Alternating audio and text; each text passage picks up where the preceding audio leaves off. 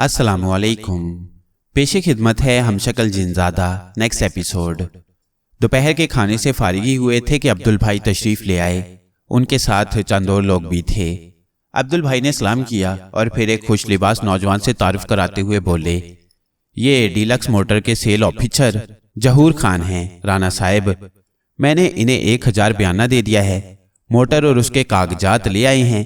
बाकी माल मैंने बोला केस मिल जाएगा। ठीक है, कितनी रकम अदा करनी है? तालूत ने पूछा। 1,10,000 जनाब, नौजवान ने जवाब दिया। ठीक है, आपको अभी कैश की अदायगी कर दी जाएगी। मेरा नाम जी बी चोपड़ा है सेठ। अब्दुल भाई मेरी कोठी खरीदने को बोला। मैंने अब्दुल भाई को कोठी दिखा दिया। ये पसंद किया तो आप भी पसंद कर लो जी, ताकि सौदा हो जाए। अब्दुल भाई, तालूत ने अब्दुल भाई को पुकारा। जी राना साहब, आपने कोठी देख ली? जी। पसंद आई आपको? एक क्लास कोठी है जी, समुंदर के पास, एकदम फर्स्ट क्लास व्यू है। मेरे को बहुत पसंद आया साहब, आपको भी जरूर पसंद आएगा। क्या कीमत मांगते हैं चोपड़ा साहब? 18 लाख जी, अभी नहीं बनाई है। वेल फर्निश्ड है जी, किसी चेंज की जरूरत नहीं पड़ेगा आपको।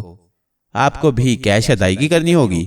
जैसा हुक्म करो सेठ, चोपड़ा साहब न्याजबंदी से बोले। और आप?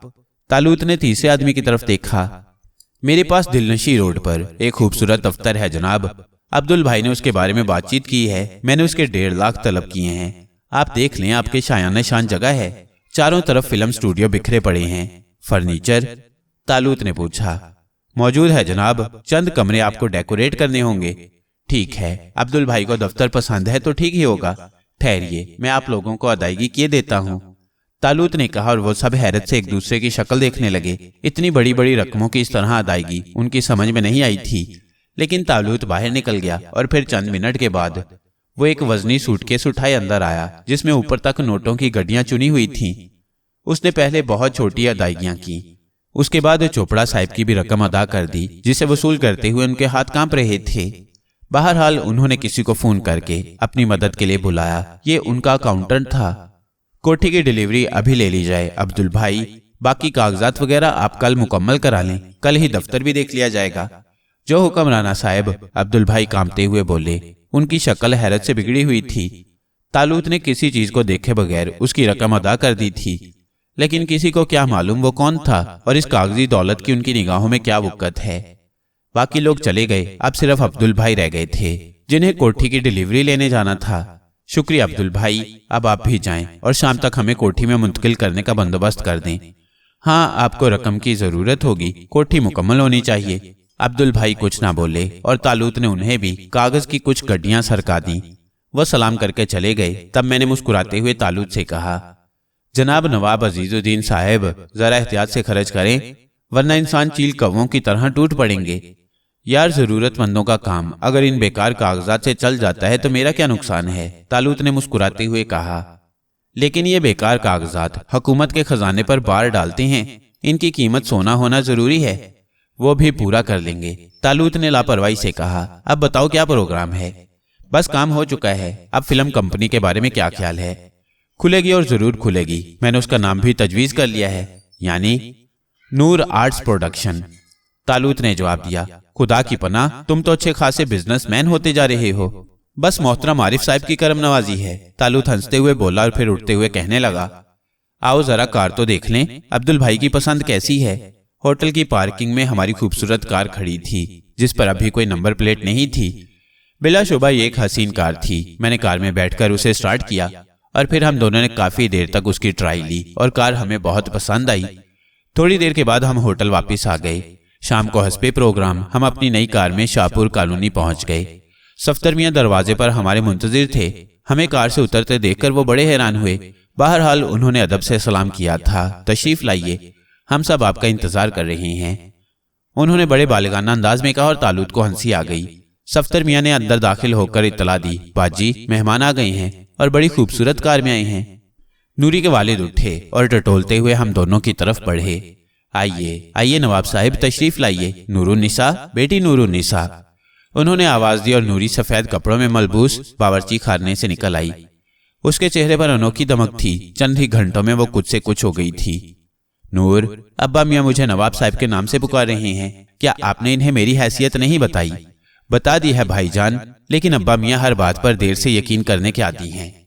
बूढ़े का चेहरा संजीदा हो गया। फिर वो गंभीर आवाज में बोला, आंखों से अंधा हूं बेटे। जमाने ने इतना तजुर्बा दिया था कि शक्लें देखकर इंसान की कैफियत का अंदाजा लगा लिया करता था, लेकिन आंखों ने वो तजुर्बा भी छीन लिया। अब खौफजदा रहता हूं कि किसी की हैसियत के खिलाफ कोई बात मुंह से न निकल जाए। ना जाने कैसी शक्ल होगी, इस गलीज मुंह से किसी को उसके मर्तबे के लिहाज से मुखातिब ना करके नुकसान भी उठा सकता हूं।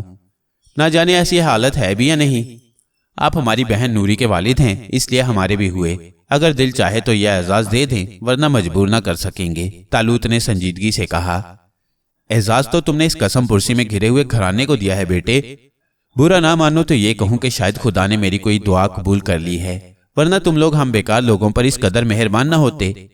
जिस खुदा पर आपको इतना भरोसा है मोहतरम बुजुर्ग, हम उसी की जात को दरमियान में रखकर कहते हैं कि नूर बहन हमें अपनी सगी बहन की तरह अजीज है। हमारे खुलूस और मोहब्बत में कोई खोट नहीं है। आप अपने खुदा से सवाल करें कि आपका दिल हमें क्या तस्लीम करे। अगर सुकून मिलता है तो ठीक है, हमारा सच साबित हो जाएगा, और अगर तरद्दुद बाकी रहे तो हमें आइंदा ना आने के लिए साफ साफ कह दें, हम आपको कभी तकलीफ नहीं देंगे। तालूत ने कहा, और बूढ़ा एकदम खामोश हो गया। उसकी बेनूर आंखें आसमान की तरफ उठी हुई थीं, और फिर उसने लरजती हुई आवाज में कहा, ए खुदा, ए खुदा, मैंने तेरी जात पर भरोसा किया है। ए खुदा, ए खुदा। नूरी, मैं, सफ्तर और तालूत खामोश खड़े थे। अचानक बूढ़े के चेहरे पर शगुफ्तगी उभर आई। उसकी जात को दरमियान में रखकर ही कह रहा हूं बेटे कि इस अंधे ने तुम दोनों पर एतबार कर लिया, और अब मेरे दिल में तुम्हारी तरफ से कोई शकूक व शुबहात नहीं आएंगे। अगर मैं शकूक व शुबहात में भी मुब्तला रहा तो तुम्हारा कुछ नहीं बिगाड़ सकता बेटे, लेकिन वो तुम्हारे खुलूस का जवाब ना होता। मुझ नाचीज के पास एतमाद के तोहफे के अलावा और कुछ नहीं है, उसे कबूल करो। तालूत ने गर्मजोशी से बूढ़े का हाथ दबाया, और फिर मूंढों पर हम दोनों बैठ गए और बड़े मियाँ चारपाई पर। आपने हमें अपना बेटा समझ लिया है अब्बा मियाँ? मैंने पूछा। हाँ, अब इसमें कोई शक नहीं है। मेरे सीने पर से जिम्मेदारी की सिल हट गई है। काश मैं तुम्हें ये सुकून दिखा सकता मेरे बच्चों, जो तुम्हारी वजह से मुझे मिला है। बूढ़े ने खुशी से लरजती हुई आवाज में कहा, खुदा तुम्हें खुश रखे। मेरी नूरुन्निसा अब बेसहारा लड़की नहीं है जिसकी इज्जत हर वक्त खतरे में हो। आपके बेटे आपसे फरमाइश करेंगे तो आप उसे रद्द तो नहीं करेंगे? अरे मेरे पास क्या है मेरे बच्चों, जान ले लो। चूं कर जाऊं तो वहाब अली नाम नहीं। शुक्रिया अब्बा मियाँ। ए नूरी बेगम, आप खड़ी शक्ल क्या देख रही हैं? जरा गर्मा गर्म सी चाय हो जाए, तालूत ने कहा, और नूरी ख्वामखा खिलखिलाकर हंस पड़ी। लाई भाईजान, उसने बड़े प्यार से कहा। भाईजान, आपको क्रीम वाले बिस्किट पसंद हैं? सफ्तर मियाँ बोले तो तालूत ने उसे गोद में बिठाते हुए कहा, बेहद। तब अगर इजाजत दें तो मैं बाजी से उनके लिए भी कह आऊं, मुमकिन है उन्हें याद न रहे। ओ हाँ जरूर सफ्तर मियाँ, जल्दी कहें, कहीं वो चाय लेकर ना चल पड़े। तालूत उसे उतारते हुए बोला, और वहाब साहब मुस्कुराने लगे। चाय आ गई, इसके साथ ही क्रीम बिस्किटों की प्लेट भी थी और 5 कप थे। नूरी खुद भी हमारे साथ चाय में शरीक हो गई। सफ्तर मियाँ मौके से खूब फायदा उठा रहे थे और क्रीम बिस्किट उनके मैदे में उतरते जा रहे थे। बड़ा शरीर है, नूरी मुस्कुराकर बोली। रात के खाने के बाद हमने इजाजत चाही, और फिर तालूत ने मुझे इशारा किया तो मैंने बड़े मियाँ को मुखातिब करके कहा, अब्बा मियाँ, कल हमें अपने नए मकान में शिफ्ट होना है। आप नूर बहन को हुक्म दें कि सामान वगैरह बांध लें। नया मकान? बूढ़े ने लरजते हुए कहा। हाँ, क्या आप पसंद करेंगे कि हम होटल में पड़े रहें? और फिर नूरी बहन के हाथ के खाने खाने के बाद तो होटल के खानों से चिढ़ हो गई है। ये मकान बहुत छोटा है, वरना हम लोग भी यहीं घिस रहते। बूढ़ा कई मिनट तक खामोश रहा, फिर उसने गहरी सांस ली। हमारे ऊपर इतना करम करो बेटा जो हमारी हैसियत के मुताबिक हो। आप अपनी हैसियत खुद मुकर्रर ना करें तो बेहतर है अब्बा मियाँ, क्योंकि इससे खुद हमारी हैसियत मुतासिर होती है। तालूत ने कहा, और फिर नूरी की तरफ रुख करके बोला, ये मकान कल छोड़ देना है नूरी, जरूरी तैयारियां तुम खुद कर लेना। उसने नूरी को इशारा किया और नूरी ने मुस्कुराते हुए गर्दन हिला दी। फिर वो हमें बाहर तक छोड़ने आई और हम कार में बैठकर वापस चल पड़े।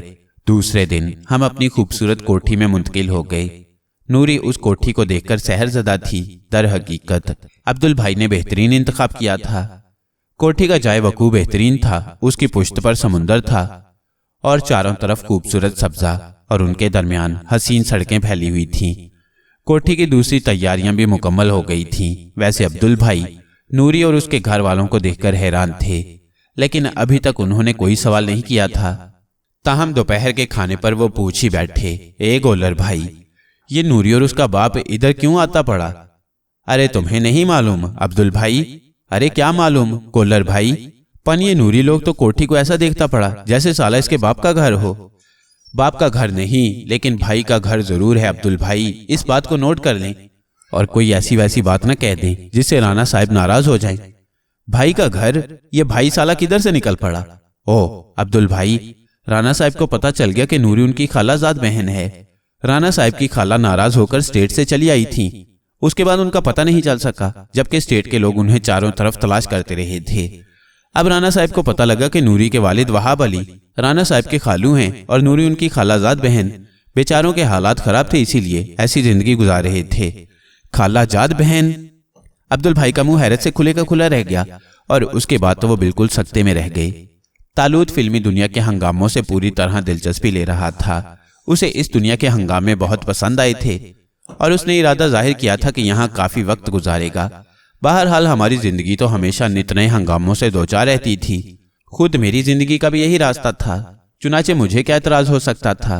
फिल्म कंपनी का दफ्तर कायम किया गया जो अपनी मिसाल आप था। बिलाशुबा पूरे शहर में किसी फिल्म कंपनी का इतना खूबसूरत दफ्तर नहीं था। दफ्तर की इमारत के बाहर इंतहाई हसीन न्यून साइन में नूर आर्ट्स प्रोडक्शन का बोर्ड जगमगा रहा था। खुद नूरी को अभी इसके बारे में कुछ नहीं मालूम था। हाँ, सिर्फ उसे इतना मालूम था कि फिल्म कंपनी खोली जा रही है। नूरी अब खालिस घरेलू औरतों की तरह रहती थी। उस पर बेजा जिम्मेदारियां या पाबंदियां नहीं लगाई गई थी। कोठी के काम ही ऐसे थे जिनसे उसे फुर्सत नहीं मिलती थी। सफ्तर मियाँ को शहर के आला दर्जे के स्कूल में दाखिल करवा दिया गया था और तालूत ने वहाब साहब की आंखों का ऑपरेशन कराने का भी फैसला कर लिया था। दफ्तर के इफ्तिताह का प्रोग्राम बनाया गया और पूरी फिल्म इंडस्ट्री को दावतनामे भिजवा दिए गए। उनमें रोशीला और सेठ रुई वाला भी शामिल थे। तालूत का ख्याल था कि ये दोनों इस इफ्तिताह में शिरकत नहीं करेंगे, लेकिन इफ्तिताह के मौका पर रोशीला और रुई वाला को एक ही कार से उतरते देखकर उनके होंठों पर मुस्कुराहट फैल गई। आरिफ मेहमाने खुसूसी, उसने सरगोशी की। ये फिल्म इंडस्ट्री है मेरी जान, यहाँ की रंजिशें देर पा नहीं होती। रुई वाला तुम्हारे थप्पड़ को भूल गए होंगे, रोशीला भी नए जाल लेकर आएगी, होशियार रहना। अरे उसकी ऐसी तैसी, तालूत अकड़ कर बोला। अभी तक नूरी नहीं आई, पता नहीं अब्दुल भाई पहुंचा या नहीं। ओ आ रही है, वो देखो, मैंने दूर से अपनी कार आते देखकर कहा। इतनी देर में रुई वाला और रोशीला उनके नजदीक पहुंच गए। रुई वाला मुस्कुराते हुए कार से उतरे थे। ए राणा साहब, खुदा कसम तुम तो कमाल किया बाबा, एकदम ऑफिस बना डाला। मारे को मालूम भी नहीं हुआ, हमारी तरफ से मुबारकबाद कबूल करो, रुई वाला ने कहा। शुक्रिया सेठ रुई वाला, आखिर आपके 5 लाख रुपए और लाखों के जेवरात तो कहीं ना कहीं खर्च करना थे, तालूत ने मुस्कुराते हुए कहा। इसकी बजाय कि रुई वाला शर्मिंदा होता, उसने एक जोरदार कहकहा लगाया। अरे काय को मजाक करता पड़ा राणा साहब, मारे को बहुत शर्मिंदगी हुआ, मारे को माफ कर दो।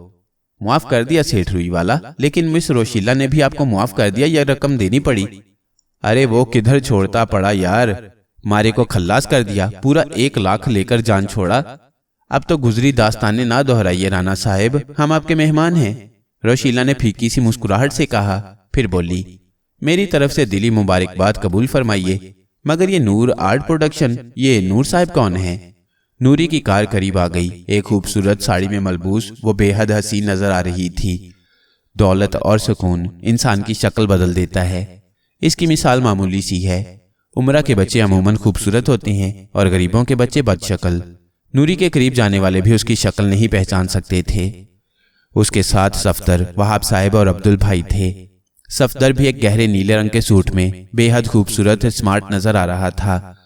वहाब अली आला कपड़े की शेरवानी में मलबूस थे और आंखें ना होने के बावजूद बहुत खुश नजर आ रहे थे।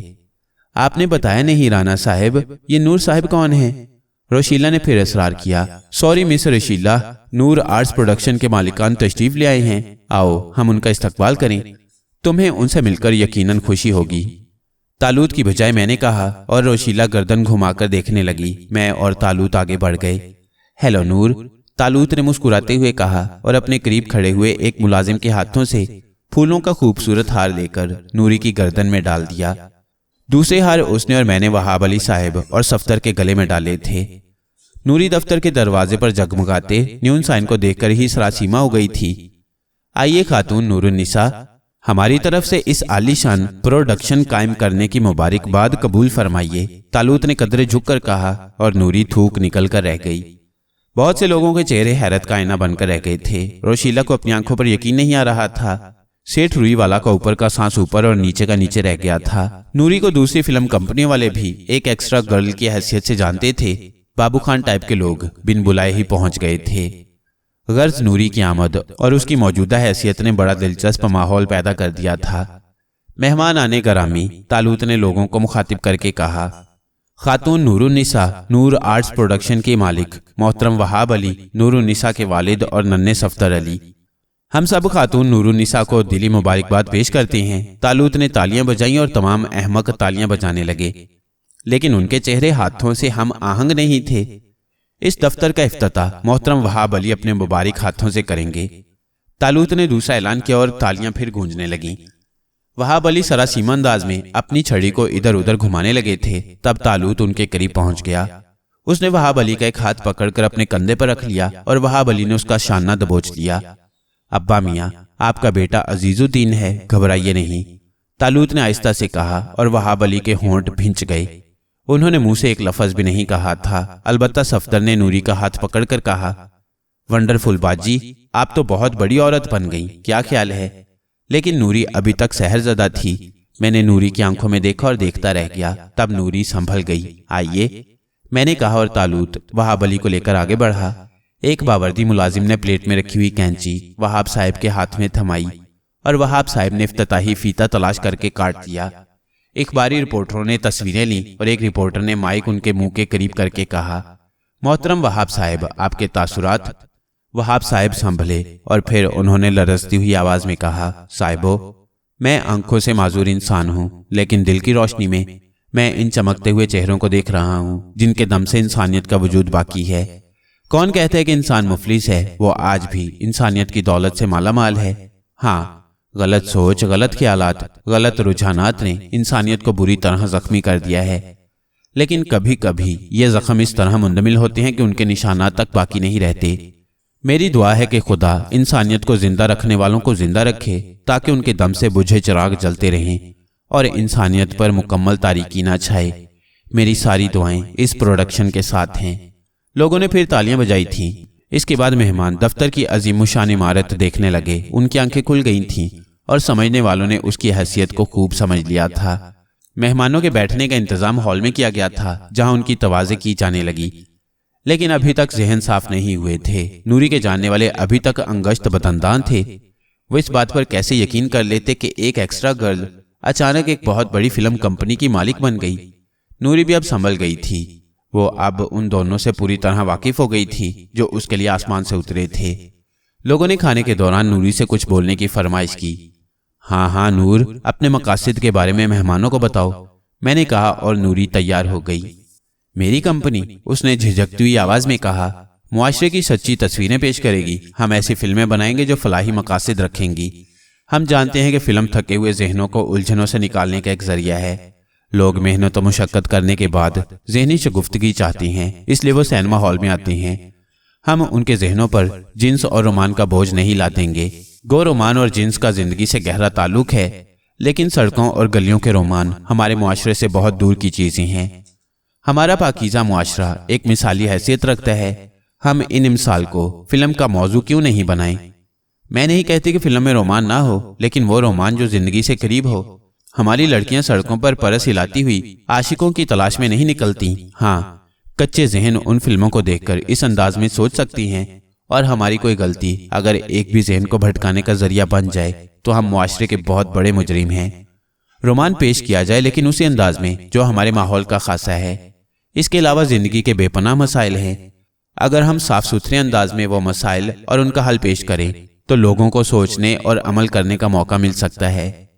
इस तरह अपनी तफरीह के औकात में वो जहनी शगुफ्तगी और अपने किसी मसले का हल पालें तो मेरा ख्याल है फिल्म इंडस्ट्री भी मुआशरे के खिदमतगार की हैसियत से उभर सकती है।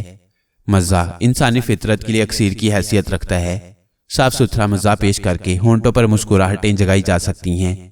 यह हमारी फिल्मों की अहम ज़रूरत है। ज़ाती तौर पर मैं साफ सुथरा मज़ाह पेश करने वालों की परस्तिश करती हूँ, क्योंकि वो जहनों को उलझनों की दलदल से थोड़ी देर के लिए आज़ाद कर देती हैं। मैं कोशिश करूंगी जो कुछ कहा है वही करूं। सस्ती किस्म की रोमानी फिल्में बनाकर मुआशरे की मुजरिम ना बनूं। خواہ اس کے لیے کتنی ہی جد و جہد کیوں نہ کرنی پڑے۔ اس صاف ستھری تقریر پر در حقیقت خلوص دل سے تالیاں بجانے کو دل چاہا، اور تالیوں کی آوازیں بہت زوردار تھیں۔ نوری نے سر جھکا کر لوگوں کا شکریہ ادا کیا۔ اس کے بعد مہمانوں کو آزادی مل گئی، سب ایک دوسرے سے خوش گپیوں میں مصروف ہو گئے۔ اخباری رپورٹروں نے فوری سے سوالات شروع کر دیے۔ کیا آپ نے فلم کے لیے کوئی کہانی حاصل کر لی ہے مس نوری؟ میرا نام نور النساء ہے، نوری نے توسیع کی۔ سوری، جی نہیں، ابھی نہیں، لیکن ظاہر ہے اب ہمیں کہانی کی تلاش ہوگی۔ کیا کوئی کہانی آپ کے ذہن میں ہے؟ کسی نے پوچھا۔ کہانیوں کی کمی نہیں ہے، کسی بھی ایسے گھر میں جھانک لیں جہاں چراغ میں تیل نہ ہو، ایک کہانی مل جائے گی، نوری نے جواب دیا۔ کیا آپ کمیونزم کا پرچار کریں گی؟ میں صرف انسان ازل کی قائل ہوں، آپ اسے کوئی نام دے لیں، تھوڑا سا وقت ہمیں بھی دے دو نوری، روشیلا نے اس کا بازو پکڑ کر ایک طرف گھسیٹتے ہوئے کہا، اور نوری اس کے ساتھ آگے بڑھ گئی۔ میں اور طالوت ان دونوں سے زیادہ دور نہیں تھے۔ میں بھی ایک سوال کروں؟ روشیلا نے کہا۔ ضرور، نوری مسکراتے ہوئے بولی۔ میں اس کایا پلٹ کے بارے میں جاننا چاہتی ہوں۔ میں نہیں سمجھی، نوری کا چہرہ خشک ہو گیا۔ کیا رانا صاحب نے تمہیں پسند کر لیا ہے؟ ہاں، نوری نے سخت لہجے میں کہا۔ سیکٹری بھی تم سے بہت بے تکلف ہے؟ ہاں، نوری پھر اسی انداز میں بولی۔ گویا دونوں کی منظور نظر ہو۔ تمہارا خیال درست ہے، نوری کا سانس پھولنے لگا تھا۔ گمان بھی نہیں تھا نوری کہ تم اتنی تیز نکلو گی۔ کون سا طریقہ استعمال کیا تھا میری جان کہ دونوں بیک وقت لٹو ہو گئے؟ تم طریقے کے بارے میں جاننا چاہتی ہو؟ ہاں، ہمیں بھی تو بتاؤ، عورت تو ہم بھی ہیں، اور تم سے کسی طرح کم بھی نہیں، روشیلا فاحش انداز میں بولی۔ یہ طریقہ تھا۔ نوری نے ایک زوردار تھپڑ روشیلا کے گال پر رسید کر دیا۔ کافی زوردار آواز تھی۔ لوگ اس طرف گھوم گئے۔ روشیلا کا گال سرخ ہو گیا تھا، اور اسی وقت طالوت نے زور سے تالیاں بجائیں۔ لوگ بے اختیار تالیاں بجانے لگے اور میں اپنا کہا نہ روک سکا، لیکن لوگوں کو جلد ہی اپنی حماقت کا احساس ہو گیا اور تالیاں رک گئیں۔ روشیلا خونخوار نظروں سے نوری کو دیکھ رہی تھی۔ مجھے احساس ہوا کہ وہ نوری پر جھپٹنے والی ہے تو میں فوراً ان دونوں کے درمیان آ گیا۔ صاحبان، میرا خیال ہے مس نور اپنی پہلی فلم کا نام تھپڑ رکھنا چاہتی ہیں۔ طالوت نے ہانک لگائی۔ غالباً انہوں نے اس کا اعلان کیا ہے۔ کمینی، کتیا، ایکسٹرا، میں تیرا خون پی جاؤں گی۔ روشیلا نوری پر جھپٹی، لیکن طالوت نے اس کے دونوں شانے پکڑ لیے تھے اور اس کے ساتھ ہی وہ بولا، لیکن مس روشیلا بضد ہیں کہ اس کا نام 1 لاکھ رکھا جائے۔ کیا میں لوگوں کو فلم 1 لاکھ کی کہانی سنا دوں مس روشیلا؟ تم کیسا لوگ ہے، مہمان کو بلا کر بے عزتی کرتا ہے۔ دیکھ لو بھائیو، یہ ہم لوگوں کا عزت ہوتا پڑا ہے۔ سیٹھ روئی والا نے بھی ایک نام پیش کیا ہے، 5 لاکھ۔ یہ فیصلہ بھی مشکل ہے کہ فلم کا نام مس روشیلا کے کہنے سے 1 لاکھ رکھا جائے یا روئی والا کے حکم پر 5 لاکھ۔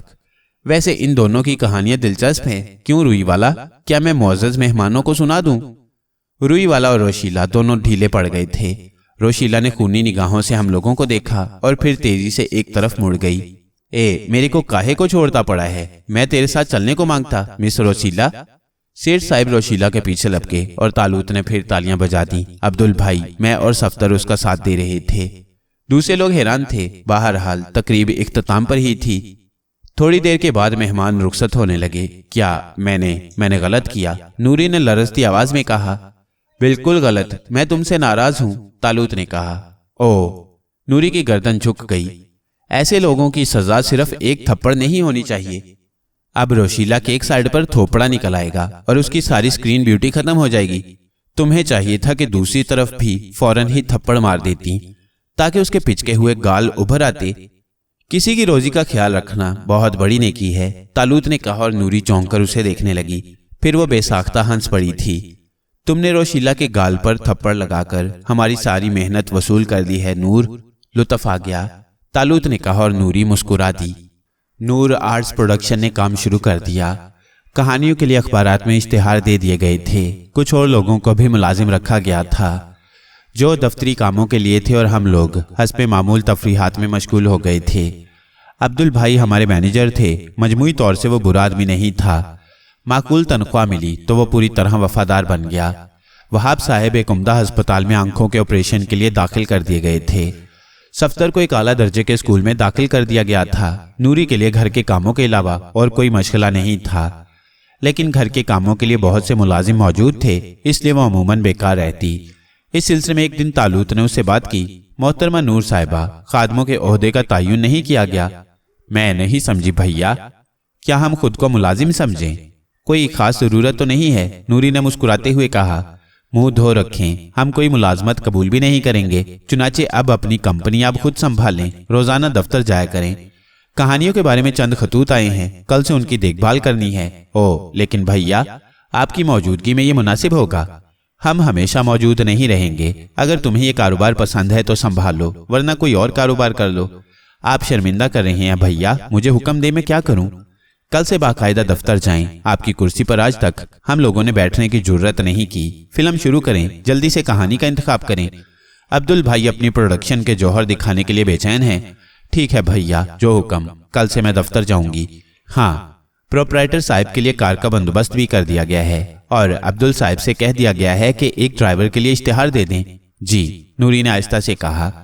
बहरहाल दूसरे दिन से नूरी ने दफ्तर आना जाना शुरू कर दिया। हमारी तफरीह के लिए दफ्तर ही काफी था। दिन भर भांत भांत के लोग चक्कर लगाते रहते थे और तालुत उनसे खूब लुत्फ अंदोज होता था। उसे इस लाइन में बड़ा मजा आ रहा था और अक्सर वो कहता था, यार बाकी तो सब ठीक है, लेकिन अभी तक कोई कायदे की लड़की नहीं मिली। मिल जाएगी, थोड़ा सा सब्र करो। और फिर एक दिन हमने कहानी के सिलेक्शन का प्रोग्राम बना लिया। चंद लोगों को जवाब भी दिए गए थे। बाहर बोर्ड लगा दिया गया था कि जिन लोगों को बुलाया जाए वही आए, बाकी हजरात तकलीफ ना करें। चुनाचे आज मुसन्निफीन का दिन था और आने वाले फिल्म इंडस्ट्री के जाने पहचाने मुसन्निफ ही थे। हम चारों यानी मैं, तालुत, नूरी और अब्दुल भाई इंटरव्यू लेने के लिए तैयार बैठे थे। बाहर के कमरे में मुसन्निफीन हजरात तशरीफ रखते थे और उनके नामों की फहरिस्त हमारे सामने थी। अब्दुल भाई, मैंने अब्दुल भाई को मुखातिब किया। हाँ गोलर भाई, क्या बोलता है? बोलो भाई। जिन लोगों के नाम की ये फहरिस्त है, उनमें से किसी ने इससे पहले भी कोई फिल्मी कहानी लिखी है? क्या बोलता गोलर भाई, हमने फालतू सब लोग छांटी किया। ऐसा लोग जिसने पहले कभी कोई फिल्मी कहानी नहीं लिखा, एक भी नहीं रहने दिया। ये सब वो लोग हैं जो एकदम हिट स्टोरी लिखता पड़ा। सबका सब एकदम नाम वाला लोग है। इन्हीं लोग का स्टोरी पर फिल्म बनता पड़ा है। मैंने चौंककर अब्दुल भाई की शक्ल देखी। तालुत की पेशानी भी शिकन आलूद हो गई थी। तब मैंने गहरी सांस लेकर कहा, अब्दुल भाई एक बात गौर से सुन लो। वो लोग जो फिल्में बना रहे हैं, फिल्में देख रहे हैं, उनमें अदाकारी कर रहे हैं, उनमें से एक भी हमारे म्यार का नहीं है। जैसी फिल्में वो लोग बना रहे हैं, हमें उनसे नफरत है। और फिर इन लोगों ने इस सनत पर कब्जा कर रखा है। नए जहन, नए चेहरे सिर्फ इसलिए पीछे जा पड़े हैं कि आप जैसे लोग उन्हें सामने नहीं आने देते। आप जानते हैं अब्दुल भाई, फिल्म बनाकर हम सिर्फ दौलत नहीं समेटना चाहते, हमारा मकसद कुछ और है। चुनाचे आप आइंदा ख्याल रखें, यहाँ आने वालों के साथ आम फिल्म कंपनियों का सा सलूक नहीं होना चाहिए। जो भी आए उसे हमारे पास जरूर भेजा जाए। अगर ज्यादा लोग आ गए और वक्त का मामला हुआ तो हम उन्हें फिर आने का वक्त देंगे। ख्याल रखेंगा जी? अब्दुल भाई सर झुकाकर बोले। नहीं अब्दुल भाई, परेशानी की कोई बात नहीं है। हमने अपना मकसद आपको बता दिया है, बस आप आइंदा इस पर अमल करें। वैसे आप चाहें तो इन लोगों को भी तलब कर सकते हैं। शुक्रिया गोलर भाई, बहुत बहुत शुक्रिया, नहीं तो हम साला शर्मिंदा होता।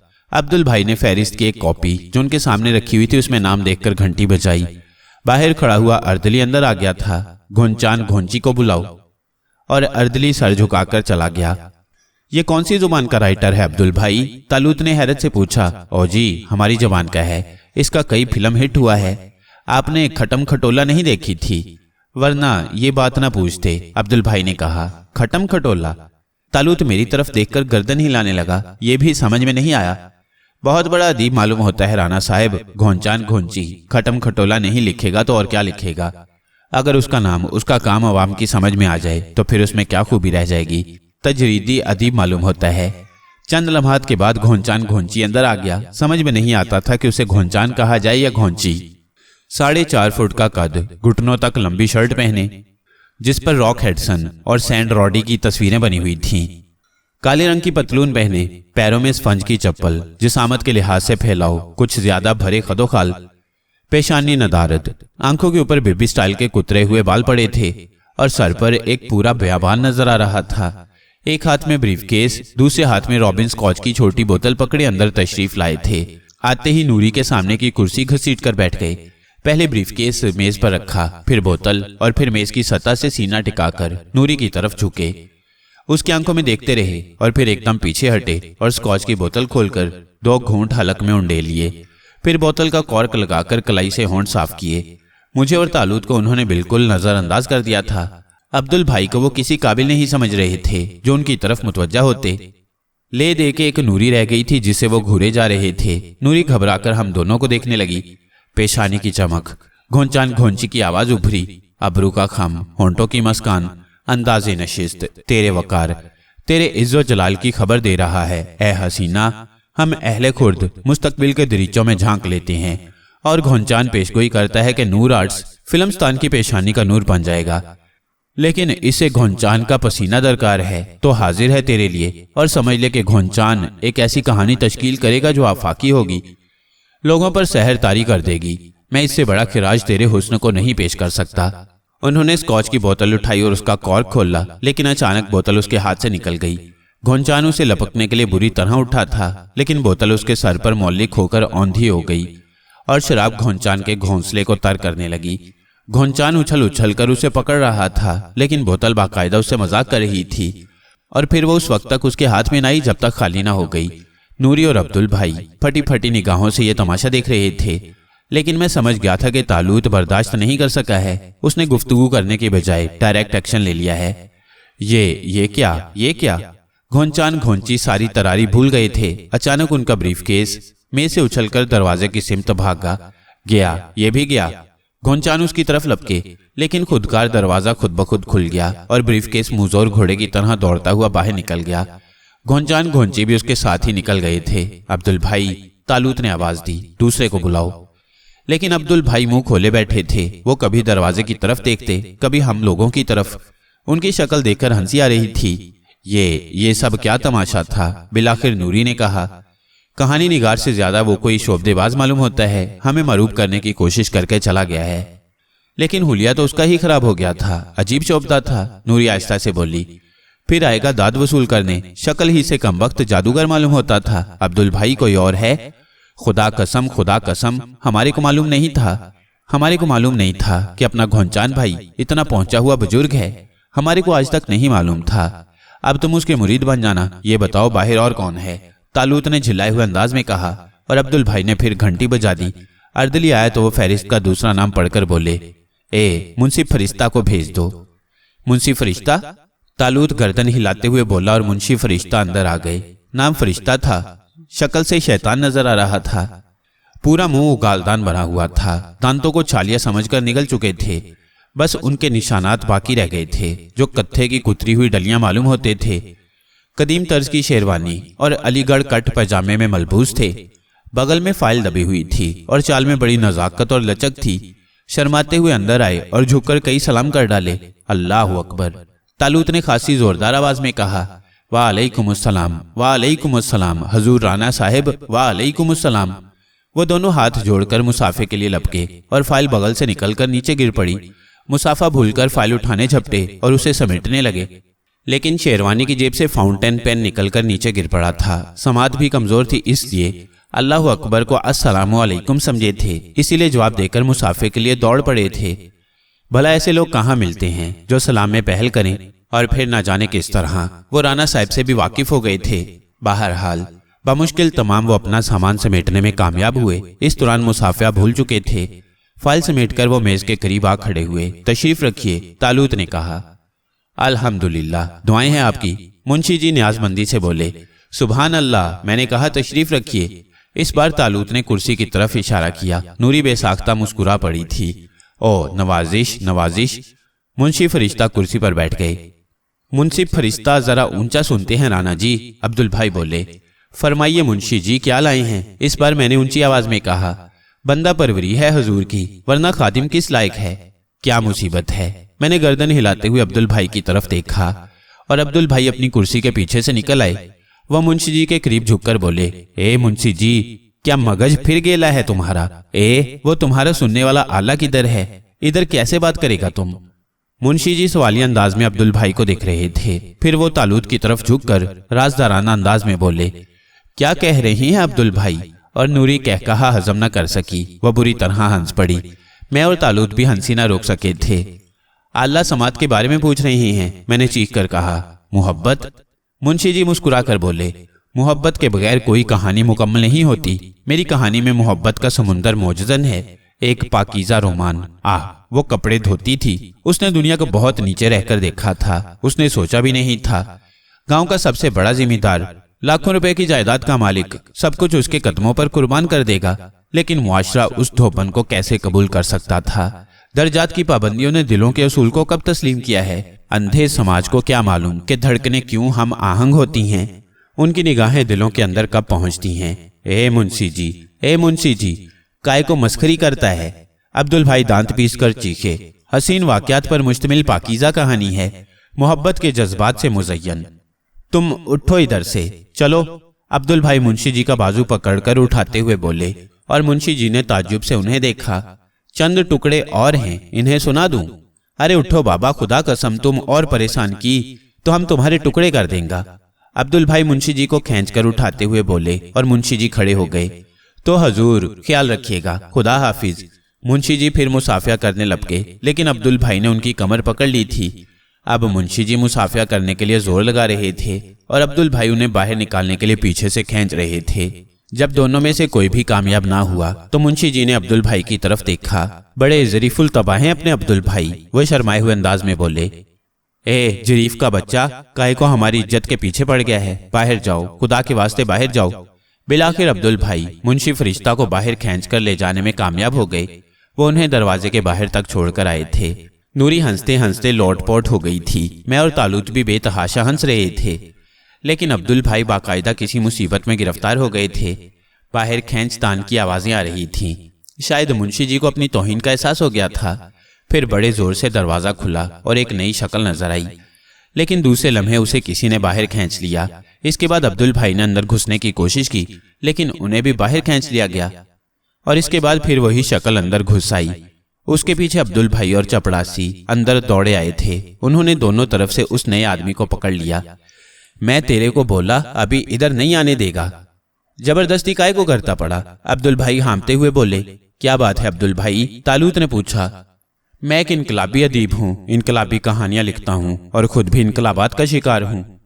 ये समाज के ठेकेदार, ये जालिम सरमायादार किसी गरीब को उभरने नहीं देते।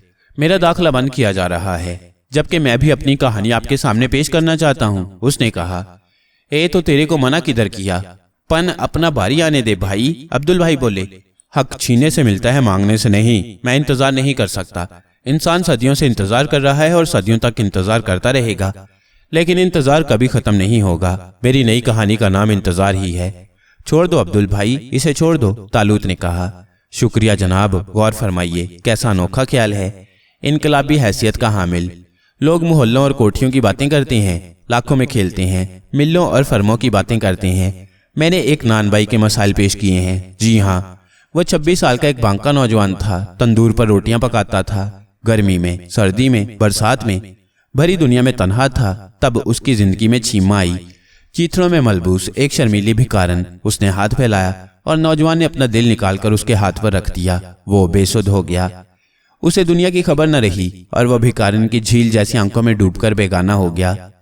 कैसा मारा है, खुदा कसम। अरे बाबा, तंदूर में जो रोटियां जला होगा उसका पैसा कौन देगा? अब्दुल भाई तंजिया अंदाज में बोले। इश्क दीवाना किसी नुकसान की परवाह कब करता है अब्दुल भाई? आगे सुनो। एक मिनट। तालूत हाथ उठाकर बोला। आपने अपना तारुफ नहीं कराया मोहतरम। खादिम को मजनू पहलवान गमजदा कहते हैं। हाँ तो नौजवान नानबाई। ए भाई, नानबाई नहीं चलेगा। अब्दुल भाई ने दखल दिया। कैसे नहीं चलेगा? तुम लोग पेशे के एतबार से इंसान की फितरत पर दबाव नहीं डाल सकते। इश्क एक इनकलाबी हैसियत है और इनकलाब दबाए नहीं जा सकते। चीमा उसकी जिंदगी बन गई। भिखारन भूखी थी, वो पेट भरना चाहती थी और इश्क से पेट नहीं भरता। ऑब्जेक्शन, खुदा कसम ऑब्जेक्शन। ये बात गलत है। जब हम करीम भाई की माँ से साला इश्क किया तो हमारे को खाने पीने का कोई परवाह नहीं था। अब्दुल भाई ने दखल दिया। बकवास। पेट एक इनकलाबी हकीकत है। भूख हर जज्बे को फना कर देती है। मजनू पहलवान गमजदा जोरदार लहजे में बोला और जब भिखारन ने उसे अपना पेट खोलकर दिखाया तो नानबाई का दिल लरस कर रह गया। आह, उसकी महबूबा भूखी थी। कट, ये सीन संसर उड़ा देगा। सेक्स मारता पड़ा है यार, फिल्म डब्बे में बंद कराएगा। अब्दुल भाई चीखे। नहीं काट सकेगा। तुम कब तक भूख छुपाते रहोगे? एक दिन ये इस जोर से उभरेगी कि इंसान को खाना शुरू कर देगा। भूख की आग गोलियों से बुझ ना पाएगी। जेल भेज दोगे, जेल को जलाएगी। मजनू पहलवान मुक्का हिलाते हुए बोले, मुआफ कीजिएगा मजनू पहलवान, क्या आप नाश्ता कर चुके हैं? जी। मजनू पहलवान एकदम चुप हो गए, फिर शर्माए हुए लहजे में बोले, कर लूंगा जी। अब्दुल भाई, तालूत ने अब्दुल भाई को मुखातिब किया। जी सरकार। अब्दुल भाई जल्दी से बोले, आप ऐसा करें, सामने वाले रेस्टोरेंट में ले जाकर मजनू साहब को नाश्ता करा दें और बाकी लोगों से माजरत कर लें, हम जरा आपस में तबादला ख्याल करेंगे। तालूत ने कहा, बहुत अच्छा हजूर। अब्दुल भाई ने कहा और मजनू पहलवान न्याजमंदी से दरवाजे की तरफ बढ़ गए। खुदा की पनाह, नूरी ने हंसते हुए सर पकड़ लिया। मैं और तालूत एक दूसरे की शक्ल देख रहे थे। तुम तो इस माहौल से वाकिफ होगी नूर, तालूत ने कहा। इस हद तक नहीं थी, मैंने इन लोगों को करीब से नहीं देखा, पता नहीं बाकी लोग जाने पर तैयार हैं या नहीं। ना गए तो बहुत बुरी तरह पेश आऊंगा, तालूत आंखें निकाल कर बोला। देख तो लो, मैंने कहा और तालूत कुर्सी से उठकर बाहर निकल गया। बाहर का हॉल खाली था। शायद मुसन्निफीन ने अब्दुल भाई की अपील मान ली थी। अल्लाह का शुक्र है। तालूत एक गहरी सांस लेकर वापस आ गया और फिर जब वो कुर्सी पर बैठ गया तो मैंने कहा, मगर अब कहानी का क्या होगा? मैं आपकी इस बात से मुत्तफिक हूँ सलीम भाई, नूरी ने कहा। कौन सी बात? हम किसी गैर मारूफ अदीब से कहानी लेंगे जो कम अज कम होशमंद तो हो। कसूर इन लोगों का नहीं है नूरी, बहरहाल ये अहले कलम है, लेकिन दौलत खर्च करने वाले दुनिया के सबसे बड़े अक्लमंद होते हैं। वही मुनासिब और मौजू होता है जो वो सोचते हैं। इनके कलम पर उन्हीं की सोच मुसल्लत होती है, यहाँ तक कि एक दिन वो खुद सोचने लगते हैं कि उनका इल्म, उनका अदब बेकार शय है। कारआमद वही है जो सेठ गोली वाला बोलता है। बहरहाल कहानी मिल जाएगी। असल मकसद तो इस लाइन के लोगों से मुलाकात थी। दर हकीकत बड़े बड़े तमाशे होते हैं, अभी तो और भी शोबे बाकी हैं, उनमें भी नायाब इंसानों से मुलाकात होगी, तालूत ने कहा। और उसका ये ख्याल दुरुस्त था। कहानी की तलाश जारी रही और अखबारात में इश्तिहार भी निकलते रहे और थोड़े दिन के बाद हमें तस्लीम कर लेना पड़ा कि इन लोगों से निमटना बड़े जान जोखों का काम है। हर शख्स अपने फन में यकता, हीरो, हीरोइनें, विलन और ना जाने कौन कौन हजरात आ रहे थे। दफ्तर में अदाकारी के मुजाहरे होते और रोज नया तमाशा देखने में आता। एक खातून तो तालूत पर मर ही मिटी, उनका नाम जबीन था। अच्छा रास्ता इख्तियार किया था, फिल्म में काम करने आई थी, लेकिन तालूत पर जाल फेंकना शुरू कर दिया था। संभलो तालूत, मेरा ख्याल है इस लाइन के किसी फर्द के चक्कर में आए तो खासी उलझने पेश आएंगी, एक दिन मैंने कहा।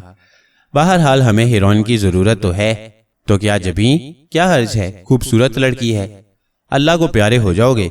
मैंने हदूद मुकर्रर कर दी हैं, तालूत ने जवाब दिया। ठीक है, तुम्हारी मर्जी, मैंने ठंडी सांस लेकर कहा। फिर एक और दिलचस्प दिन आया। आज हीरो का इंतखाब करना था, चुनाचे हम सब तैयार बैठे थे। हीरो हजरात बाहर हॉल में इंटरव्यू के लिए बैठे थे। फिल्म इंडस्ट्री के नामवर हीरो तो खैर इस तरह इंटरव्यू में आना पसंद नहीं करते थे।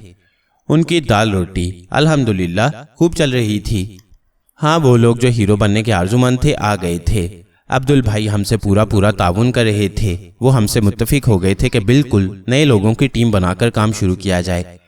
चुनाचे उस वक्त वो भी तैयार बैठे थे। चपड़ासी हमारी आवाज का मुंतजिर था।